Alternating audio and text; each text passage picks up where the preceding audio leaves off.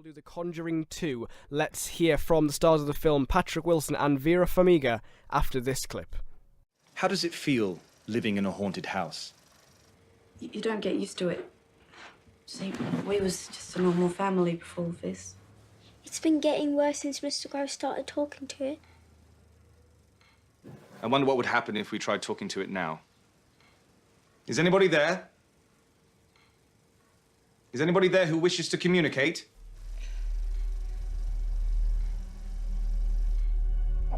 Janet?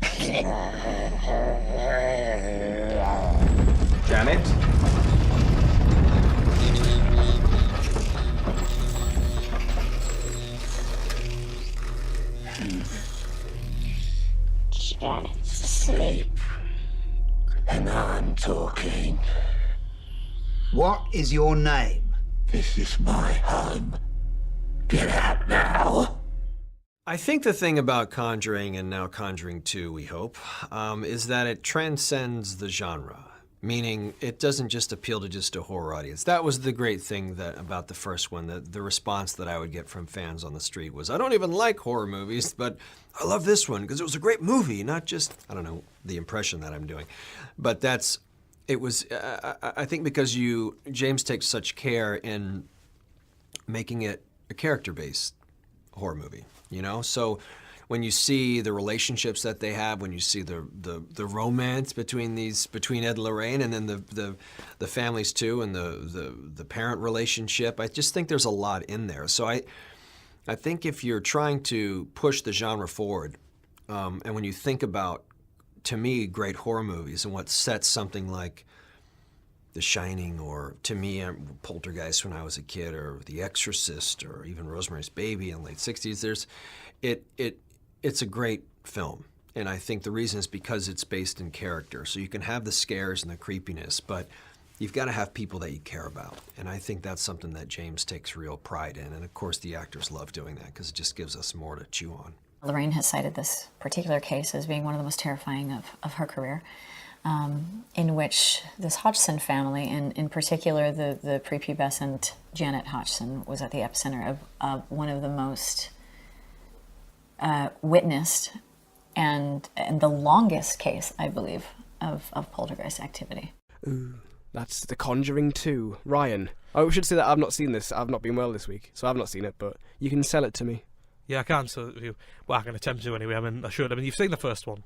I have. You have seen the first one, but do you see that in the cinema or? I only saw it recently on Blu-ray. Oh, fair enough. Because we were talking about the fact that it's been a while since we saw properly good horror in the cinema. The ones that everyone considers to be good of recent years, they're kind of not really proper horrors, are they? Like things like Babadook and It Follows are not like the typical horror. No, they're not. They're sort of more like psychological. Like obviously It Follows had a lot of STD context. Babadook had a lot of mental health, sort of surroundings with that.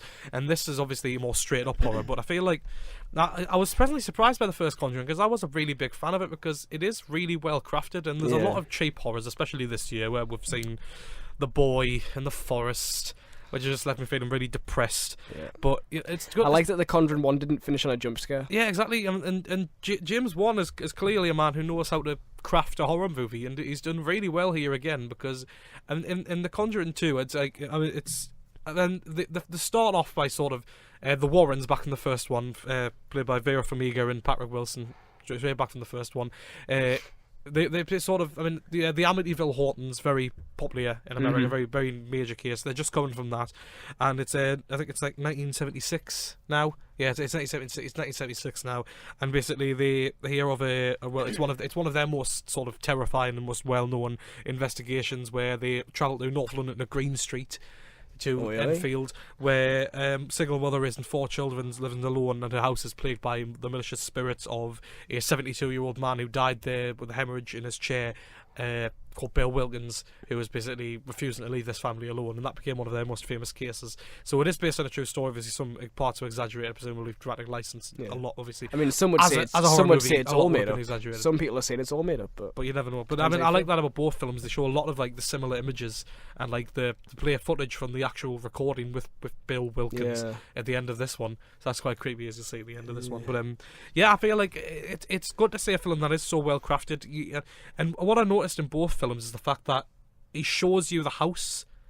Like, he spends time trying to show you all of the areas of the house, you know, he makes sure you know where all the rooms are, so it sort of establishes where his camera is going to move into and where certain things are going to happen and play out, so you know the layout of the house and you know where certain characters are going to go, and that helps build up the dread more, because you know certain rooms are sort of, well, more dangerous in a certain subjects. I mean, in the second one, you've got the room where all of the main activity has happened. They lock that with a padlock.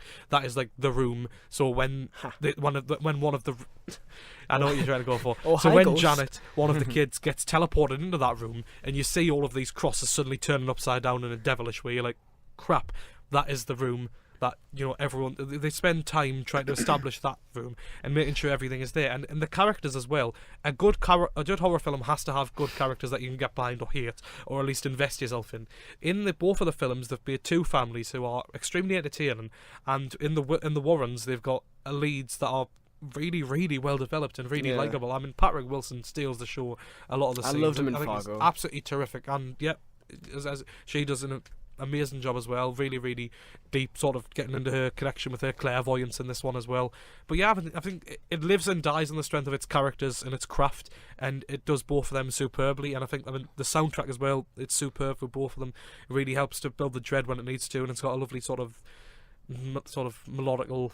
Yeah, that like the main theme is lovely like that. But yeah, I was genuinely a little scared at some points, and I did feel like, I mean, the first one ended incredibly intensely, and I feel like this one was a more sustained horror, like all the way through, and I think that was big to its credit for me. So I think, personally at least, I preferred this one to the first one, but two relatively different films on their own, but both of them extremely good. Yeah, it ticked all the boxes. It did everything right.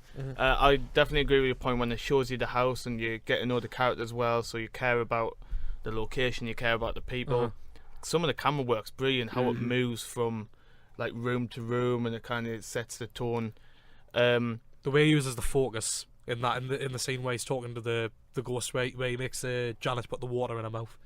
That's I mean, that's the long take scene that Liam read about. I just saw a Reddit post saying about a really good long take. But yeah, I didn't notice that was one take because I was so drawn into it. But yeah, I mean, looking back, that was really well done. I saw it in the cinema. A lot of people jumped. A lot of people were scared. I've got this thing with horror. I used to be really bad with horror films when watching them. Honestly, I was terrible watching them. I used to like have my hands over my eyes and like peek out. I do this thing now where I like predict when the jump scare is going to come. Oh, you have to. So basically, when it happens, you kind of braced for it, and then it doesn't affect you as much. I wasn't scared. And you can kind of do that with this one. It kind of has that formula. I don't want to say Paranormal Activity, but kind of like that. Yeah, I get what you mean. Like, that sort of sense of dread. You can predict it's either going to be a tense moment and then it leads to a jump scare, and you've predicted it, or it's going to be a tense moment and then it's like a fake jump scare, basically, when nothing happens and it plays to your expectations. I wish it did try to vary it up a little more than that, because I felt like 9/10 of it. Maybe it was my fault for trying to predict the jump scares, so I wouldn't scream like a little girl. As a coping cinema. mechanism, I think it's fine. Yeah, but there are a lot. I would definitely recommend just kind of not doing that if you want to be properly scared and engaged. Not be like me and be like, oh, it's covered, prepare yourself. A lot of the scares in this are really well done, though. Like, one of my things I hate like in horrors now, like when it's so obvious they're trying to get like the cheapest reaction out of you. Like, you're going to jump if you get caught off guard by something. It's a fact. Everyone I feel betrayed. is going to get jumped, and that's what I absolutely hated about things like The Forest and the Boy this year. That it is just so lowest common denominator horror, trying to get the. They weren't even remotely scary. And after this, like, just the way that James Wan uses as the camera and just uses his sort of overall focus on the production, like the way he uses focus, the way that he tries to play with depth of field to make you more into the scenes. It's really, really well done. I mean, he varies his camera types.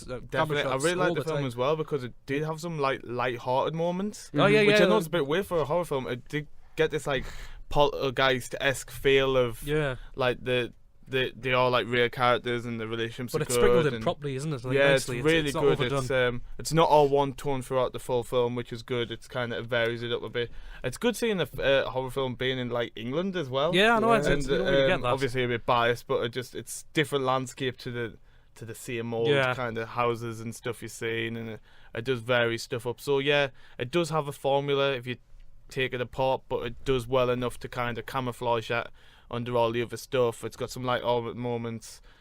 Brilliant 2 lead performances. Yeah, absolutely. Yeah, they work so well. Yeah, and for someone who's not a fan of horror films, I'd definitely see The Conjuring 3 if they did make it. I think they will. They are, I think with box office. And they do escape quite a few cliches cliches as well. Like, I mean, they do well with that. But yeah, I had the worst cinema crowd of all time. I mean, I'm not going to go through the entire list because I'm not going to. That means they win if I did. But basically, I had everyone just shouting racist words behind me. Really? Yeah, like not like you know, like that kind of stuff behind me. And on my right, I had people who were clearly on the most awkward first date ever. They walked out about halfway through.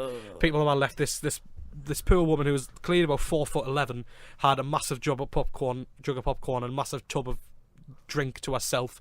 I like that you've used jug for the popcorn and tub for I don't know what I was trying to go for there, but and just like these students in front of me who were constantly like leaping, and I mean leaping every time out of their seats, and everyone was talking, everyone was eating, everyone was shouting loudly, everyone was trying to second guess it, everyone was trying to, everyone had the It phones always happens on. in horrors. It always happens in horror. Yeah, it does attract that. I think But this was the that worst. loud It's fair crowd. game. The worst. But I ever would crowd. recommend, obviously, maybe not the cinema you went to, but MI was really good because when you're with a bunch of people and someone does jump out like a fake jump scare, it makes you scared all the more. So I heavily recommend go see it at cinema. Go see it at the packed cinema. Hopefully not as packed with the crowd you had. I'm not going to give them any pleasure. I'm Definitely not have a gonna good say time. Yeah, highly recommended. Good Yeah. fun. Well, I would like to see it. I would definitely like to see it. That's The Conjuring 2. It's out now, and it sounds pretty scary. I've been desperate for a decent scary film, so I'm hoping this is it. There I'm are really some hoping conjurings this is it. in this film. Definitely.